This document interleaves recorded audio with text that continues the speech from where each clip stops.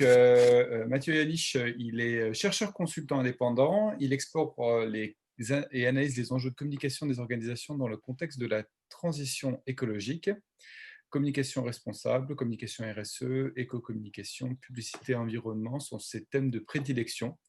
Et il les aborde avec, pour beaucoup, la posture de la recherche en action. Et donc, ces travaux de recherche portent aussi sur l'évolution du greenwashing et de la déontologie publicitaire. Donc, Mathieu, je vais te laisser la parole. Hop, Merci et je vais François. vidéo. Okay. Bonjour à toutes et à tous. Donc, je suis ravi d'être ici. Merci aux organisateurs de ce séminaire et aux responsables de l'académie. Donc effectivement, je vais vous présenter les résultats de travaux de recherche tout récents sur l'argumentaire des annonceurs confrontés à une accusation de greenwashing. Je suis parti du constat que on avait d'un côté une pression sociétale qui s'accentuait sur l'ensemble du secteur publicitaire, communication et marketing, avec tous les événements que vous suivez, hein, des propositions de loi, la Convention citoyenne, des rapports. D'un autre côté, on a pourtant le greenwashing qui repart à la hausse, avec notamment les derniers résultats du bilan publicité environnement publié par l'RPP et l'ADEME, qui montrent que le taux de conformité, de non-conformité est passé de 6 à 12%, son plus haut niveau depuis 10 ans. Et donc, je me suis demandé pourquoi est-ce que, alors qu'on pourrait attendre des professionnels un peu plus de prudence sur l'usage de l'argument écologique, pourquoi est-ce qu'on a un taux de greenwashing qui augmente? Donc, pour apporter des éléments de réponse à cette question, j'ai choisi donc d'analyser les argumentaires des entreprises dans le cadre des affaires qui sont jugées par le jury de déontologie publicitaire. Donc, le jury de déontologie publicitaire, vous le savez, c'est une instance qui est chargée de se prononcer sur les plaintes émises à l'encontre de publicités susceptibles de contrevenir aux règles de déontologie sur toutes les thématiques, en fait.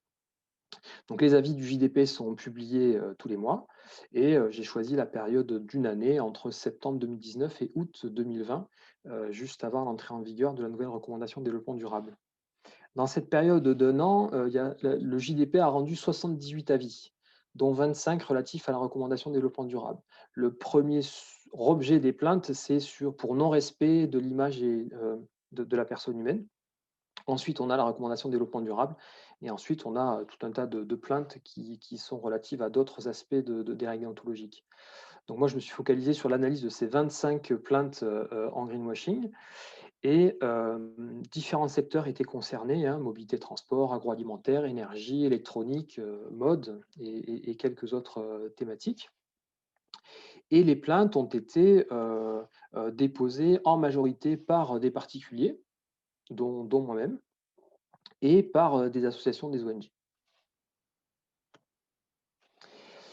Et sur les 78 plaintes, donc toutes thématiques confondues, on voit qu'on en a un certain nombre finalement qui ont été jugées comme non fondées par le jury, voire irrecevables. Mais sur la thématique du développement durable, en tout cas sur la période considérée, la totalité des plaintes, des 25 plaintes, ont été jugées fondées ou partiellement fondées. Donc on peut dire qu'on a là 25 cas de greenwashing. Alors, quand on analyse l'argumentaire des annonceurs, je ne sais pas si vous savez comment ça se passe, mais en gros, il y a une association en particulier qui dépose une plainte avec un argumentaire. Ces éléments-là sont analysés, on vérifie que la plainte est recevable, et ensuite, l'argumentaire est transmis à l'annonceur, à l'agence, au diffuseur, qui ont un droit de réponse. Et ensuite, on a une séance où on présente ces arguments-là et on peut débattre face aux membres du jury. Et le jury publie ensuite un avis qui retranscrit l'ensemble des échanges. Donc, quand on regarde l'argumentaire des marques, il y en a seulement 7 sur 25, donc un peu plus d'un quart, qui reconnaissent avoir commis une erreur. Donc, il y en a 3 sur 25 qui adoptent une posture responsable, c'est-à-dire qu'elles vont reconnaître leur erreur, elles vont indiquer avoir immédiatement retiré leur visuel et elles vont même jusqu'à présenter leurs excuses ou formuler des regrets. Donc là, vous avez les 3 cas en question. Donc c'est la société Five Guys qui a présenté ses excuses. Elle a dit on regrette la lecture qui a été faite de notre publicité. Renault a admis que l'objet du mail était équivoque. Et puis la société Jules a regretté la situation. Elle assure qu'elle n'a jamais eu aucune intention de tromper ou induire en erreur les destinataires de cette publicité. Donc ça, c'est les cas où vraiment l'entreprise adopte une posture la plus responsable possible. Les 4 autres cas, on a la reconnaissance d'une erreur, l'annonceur annonce avoir mis en place des actions correctives et préventives, mais on ne va pas jusqu'à présenter des excuses. Donc, c'est le cas des marques Monoprix, Lexus France, Hertz et Beko. Vous retrouvez tous les cas sur le site du GDP, bien sûr. Mais par exemple, la Monoprix reconnaît que la formulation était maladroite. Elle dit qu'elle a rapidement retiré toute communication contenant cette expression. Et puis, ils expliquent que c'est parce qu'il y a eu le Covid que cette communication a échappé à notre vigilance. Et on a tiré les leçons de cette expérience et mis en place des procédures internes et avec l'agence pour s'assurer qu'une telle erreur ne se reproduise pas. Donc on est tout de même dans une approche, qui reconnaît, le problème et qui, souhaite avancer et montrer que, elles vont progresser, elles vont s'améliorer. Donc seulement 7 sur 25. Et donc dans les 18 autres cas, c'est-à-dire les 3 quarts des cas, on a une attitude défensive de la part des annonceurs. Ils soutiennent que leur campagne respecte la recommandation de développement durable. Donc ils soutiennent qu'ils n'ont pas fait de greenwashing et pour cela, ils utilisent plusieurs arguments défensifs. Hem Et souvent, il y en a pas qu'un seul. Donc le premier argument qui est utilisé, c'est, de dire que l'engagement de l'annonceur est suffisamment significatif et je vais y revenir. Ou alors de dire que la plainte est irrecevable ou que le jury de déontologie publicitaire est incompétent pour juger la publicité. Je vais également donner des exemples sur ce point-là. Et le 3e principal argument de défense, c'est de dire que: «Ah, le consommateur est pas bête». Voilà. Donc des exemples concrets, donc la moitié des annonceurs, qui ont adopté cette posture défensive estiment tout simplement que leur engagement est suffisamment significatif pour leur permettre d'employer un argument écologique fort. Ils soutiennent que leur campagne ne constitue pas une atteinte à la recommandation de développement durable. Autrement dit, pour eux, ils ont le droit de dire que, leurs obsèques sont respectueuses de l'environnement ou qu'ils s'engagent pour une agriculture responsable et il y en a, beaucoup d'autres comme cela. Hem et on le retrouve bien sûr dans leurs termes, hein, ad vitam par exemple dit: «Il n'est pas erroné d'indiquer que les services funéraires proposés s'inscrivent pleinement dans le désir de ne pas porter atteinte à l'environnement. À ce titre, ils sont bien respectueux de l'environnement», alors que la recommandation demande une proportionnalité, dans l'utilisation des termes et donc on devrait avoir une nuance. On devrait dire: «Les obsèques sont plus respectueuses de l'environnement» ou «pour une agriculture plus responsable». Tout est dans la nuance. Voilà, donc là, ces entreprises-là ne comprennent pas qu'on leur reproche, d'utiliser ces termes-là. L'autre argument défensif, largement utilisé, c'est déjà de mettre en doute la recevabilité de la plainte ou la compétence même du jury. Donc on a eu plusieurs cas, 6 en tout, où on dit, «Attention, la recommandation de la RPP, s'applique aux publicités et pas aux pratiques commerciales menées par les concessionnaires». Ou alors: «Attention, la mention qu'on met sur notre véhicule, c'est pas vraiment une publicité, donc le JDP ne devrait pas nous juger». Donc là, on a un peu voire beaucoup de mauvaise foi de la part des annonceurs. Et la troisième stratégie de défense principale utilisée par, les annonceurs, hein, qu'on retrouve dans 5 affaires donc sur 18, c'est d'affirmer que le consommateur, de toute façon, il est capable de comprendre l'argument, qu'il a suffisamment de recul pour ne pas être trompé sur le sens du message et donc il n'y a pas de greenwashing. Donc par exemple, alors il y a plusieurs entreprises dans ce cas-là, mais si on prend le cas Lipton, Unilever fait valoir que cette publicité n'a pas pour objectif de dire qu'aucun pesticide n'est utilisé dans les cultures de thé de la marque, mais plutôt de montrer aux consommateurs les efforts que l'entreprise déploie afin d'utiliser au maximum les ressources naturelles comme la pluie et le soleil.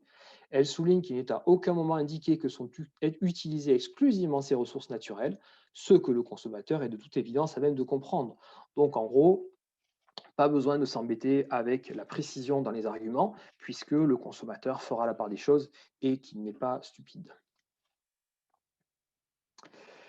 Donc en conclusion, ce que je tire de ces premiers travaux sur ce sujet-là, c'est que 18 entreprises sur 25, une grande majorité, sont convaincues de ne pas être sorties du cadre déontologique et déploient diverses stratégies pour le démontrer, à tort, puisque le jury a confirmé la plainte, donc on était bien face à des cas de greenwashing. Donc on a une méconnaissance de la part de ces entreprises des enjeux de greenwashing, les entreprises et leurs agences conseils, parce que vous avez remarqué que ce sont souvent de grandes entreprises, donc elles ont des services marketing, communication, publicité, elles ont des services juridiques, elles ont des agences, et d'ailleurs on retrouve souvent les services juridiques au moment de l'examen de la plainte en JDP, si ce n'est un avocat par exemple. Euh, et face à cette analyse, on ne peut que rappeler à ces entreprises que faire des erreurs, cela arrive, et que les reconnaître, c'est aussi montrer qu'on adopte une posture réellement responsable dans la communication au sens large. Ça montre aussi qu'on a besoin d'intensifier la sensibilisation de l'ensemble des acteurs, les professionnels chevronnés comme les jeunes et les étudiants, chez l'annonceur, en agence et dans les agences médias. Euh, et aussi que ce serait quand même important que les avis du jury de déontologie publicitaire soient publiés beaucoup plus largement que ce n'est le cas aujourd'hui, notamment dans les revues professionnelles. Et aussi, ça serait intéressant, dans la communication de ces avis, de mettre quelque part en lumière les annonceurs qui ont reconnu leur tort et donc qui ont une posture responsable, des annonceurs qui ont défendu bec et ongle leur position et assuré ne pas avoir commis d'erreur.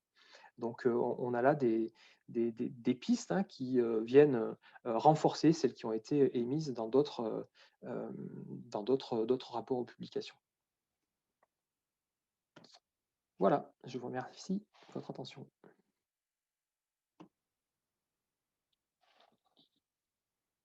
Parfait, merci beaucoup Mathieu. Alors on va prendre les questions. Bernard, tu as une question? Allez. Merci de cette présentation qui me fait découvrir des choses parce qu'ici au Canada, on n'a pas le même encadrement. C'est les conseils des normes de la publicité qui ne fonctionnent pas du tout de la même façon. Mais je serais curieux de savoir, par rapport ce qu'on peut dire, c'est des décisions du jury qui sont rendues, c'est des avis. Oui, ce sont des avis. Il n'y a pas de sanction derrière. La sanction, c'est la publication de l'avis. C'est un tribunal d'honneur, comme on dit. C'est une procédure de name and shame, ouais. Mais avec un petit shame, voilà. Mais là, vous nous avez parlé des réactions des entreprises mises en cause, mais avez-vous eu des réactions des agences de publicité qui ont commis ces messages et aussi des médias qui les ont diffusés? Alors, dans quelques cas, les agences sont présentes. Dans quelques cas, d'ailleurs, l'annonceur n'est pas présent, mais c'est l'agence qui défend son dossier. Et dans un ou deux cas, le diffuseur était là également. Donc, en fait, je ne sais pas pourquoi les agences ne sont pas systématiquement présentes. Bon, bien sûr, dans certains cas, l'annonceur avait fait la campagne en interne. Voilà, mais oui, les agences sont là. Et dans les arguments que j'analyse, je ne fais pas la distinction entre. Je mets tout ensemble, annonceurs, agences et diffuseurs, parce que souvent, ils font cause commune. Parfait. Et dernière question, ce serait quoi l'encadrement réglementaire? Est-ce que vous voyez la possibilité que ce soit encadré sur une base réglementaire, c'est-à-dire plus normée, plus légale, plus contraignante? La pression peut se faire de différentes manières. Alors, déjà, c'est de l'autorégulation. Donc, c'est les professionnels du secteur qui se sont mis d'accord pour définir ces règles et les approuver. Si on ouvre davantage la gouvernance de l'autorité de régulation professionnelle, on aura davantage de pression qui sera mise sur les modalités de formulation des règles. Et donc, on pourra avoir des règles plus contraignantes.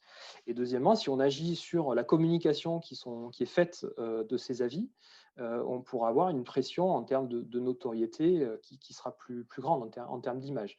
Je pense que les entreprises sont tout de même conscientes de dégâts négatifs que peuvent provoquer ces avis, puisque sur 25 cas, elles étaient 24 à présenter un argumentaire et à défendre leur cas. Il n'y a qu'une entreprise qui n'a pas réagi à une plainte. Donc, et souvent, quand elle se présente, il y a une, deux, trois personnes qui sont là. Donc, c'est quand même du temps de préparation et du temps d'argumentation. Donc, je pense qu'elles ont à cœur de défendre leur image. Mais si on accentue la publicité qui est faite autour de ces avis et la pédagogie qu'on peut en tirer aussi, ça devrait les inciter davantage encore à réfléchir avant de diffuser leur campagne. Et un troisième levier, c'est tout simplement d'obliger l'avis de l'autorité de régulation de la publicité, des juristes qui travaillent à la RPP, avant toute diffusion de campagne. Aujourd'hui, ce n'est le cas que pour les spots télévisés. Pour toutes les autres campagnes, vous n'êtes pas obligé de solliciter les juristes de l'autorité. Merci. Alors, on a deux questions. Je vais prendre la première question qui était d'Andrea Catellani. Les entreprises qui n'ont pas reconnu le greenwashing ont-elles retiré leur campagne ou pas? Ensuite, plutôt des Je réponds à commentaires. Et celle-là puis déjà? ensuite, voilà. Et ensuite, Mohamed Chérif Amokrane qui souhaite poser une question. D'accord. Donc, alors, entre le moment où la campagne est diffusée, le moment où quelqu'un ou une association porte plainte et le moment où l'avis est diffusé, il peut se passer en général 2 3 mois. Donc en fait, la campagne, ça fait longtemps qu'elle a été diffusée et qu'elle a été arrêtée avant que l'avis soit publié. En revanche, il y a des annonceurs, effectivement, qui, dès qu'ils voient sur les réseaux sociaux des critiques ou dès que le jury de déontologie les informe qu'une plainte a été déposée, ils n'attendent pas la séance pour arrêter leur campagne. Donc ça, c'est aussi une des questions, c'est comment est-ce qu'on peut faire en sorte que des campagnes qui posent problème soient stoppées. En fait, l'idée, c'est de faire davantage de prévention et de contraindre les annonceurs et les agences à faire valider en amont tout leur visuel avant publication, quoi.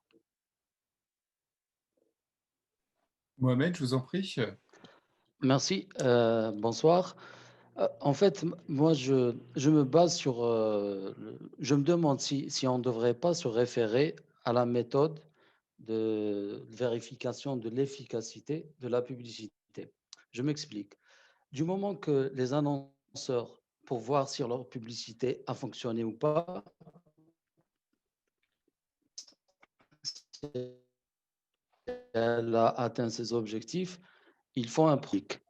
Est-ce que les jurys, justement pour qu'il n'y ait pas ce sentiment d'injustice ou d'incompréhension, ne devraient pas faire le même processus, c'est-à-dire juger les publicités telles qu'elles ont été perçues par le public concerné? Hmm.